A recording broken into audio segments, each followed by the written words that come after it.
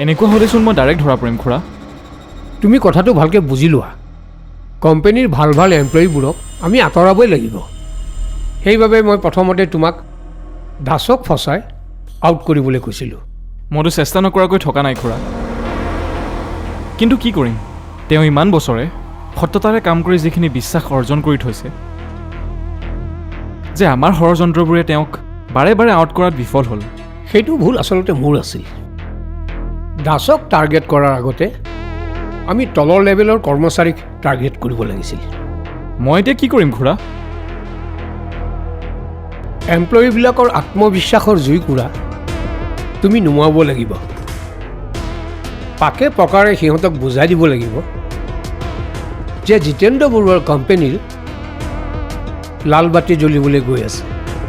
ইমানেই সিহঁতক ডিমটিভেট কৰা যাতে সিহঁতে এতিয়াই অফিচ এৰি যাবলৈ বাধ্য হয়। কিন্তু আপুনি যিমান ক্ষতি কৰিলে কোম্পানী এনেও বন্ধ হ'ব গৈ আছে। কিন্তু এই সময়ত মই কিয় ৰিস্ক ল'ব লাগে? ভুল বুজিছা তুমি। জিতেন্দ্ৰ বৰুৱা ইমান সহজতে হাৰ মনা মানুহ নহয়। তেওঁ কিবা নহয় কিবা এটা উপায় উলিয়াই কোম্পানী বচাবলৈ চেষ্টা কৰিবই। ছাৰ, অফিচৰ 3জনমান এমপ্লয়ীয়ে আজি ৰেজিগনেশ্যন দিব বিচাৰিছে। কিয়? আমিতো তেওঁলোকক সময়মতে চেলাৰী দি আছোঁ। হয় ছাৰ, মই তেওঁলোকক বুজাইছোঁ, কিন্তু কোম্পানীৰ বৰ্তমান অৱস্থাটোলৈ চাই তেওঁলোকে ভয় খাইছে। বৰুৱা কোম্পানীত তেওঁলোকে এতিয়া ফিউচাৰ দেখা নাই। আপুনি এটা কাম কৰিব, তেওঁলোকক ক'ব তেওঁলোকৰ মনত যি ভাৱ সোমাইছে অন্য কৰ্মচাৰীৰ আগত যেন প্ৰকাশ নকৰে। হয় ছাৰ, মই তেওঁলোকক অলৰেডি বুজাইছোঁ। এতিয়া আপুনিয়ে কওকচোন আমি কি কৰিব পাৰোঁ? মোৰ বোধেৰে আৰু একো উপায় নাই ছাৰ। আপুনিও আৰু কিমান দিনলৈ আপোনাৰ ছেভিংছেৰে এমপ্লয়ীক দৰমহা দিব? কোম্পানীক লৈ কিবা এটা সিদ্ধান্ত ল'বৰ সময় হৈছে ছাৰ।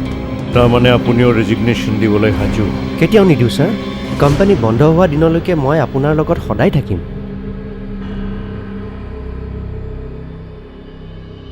চাহ লওক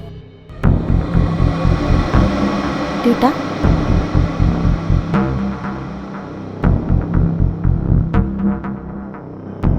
তাৰমানে কোম্পানী যে বন্ধ হ'ব আপুনি নিশ্চিত? এতিয়া কিছুমান অপ্ৰিয় হ'লেও সঁচা কথা ছাৰ। টেণ্ডাৰ এপ্ৰুভেল হোৱা নাই, ইটাৰ ভাটাৰ লছ, কোম্পানীৰ ইনকাম চ'ৰ্চ নোহোৱা হৈছে ছাৰ। এতিয়া ইনভেষ্টৰসকল ওলাই যোৱাত ময়ো সকলো ফালৰ পৰা শূন্য দেখিছোঁ ছাৰ। তাৰমানে এই বাস্তৱটো ময়ো মানি ল'ব লাগিব নেকি যে কোম্পানী বন্ধ হ'বলৈ গৈ আছে?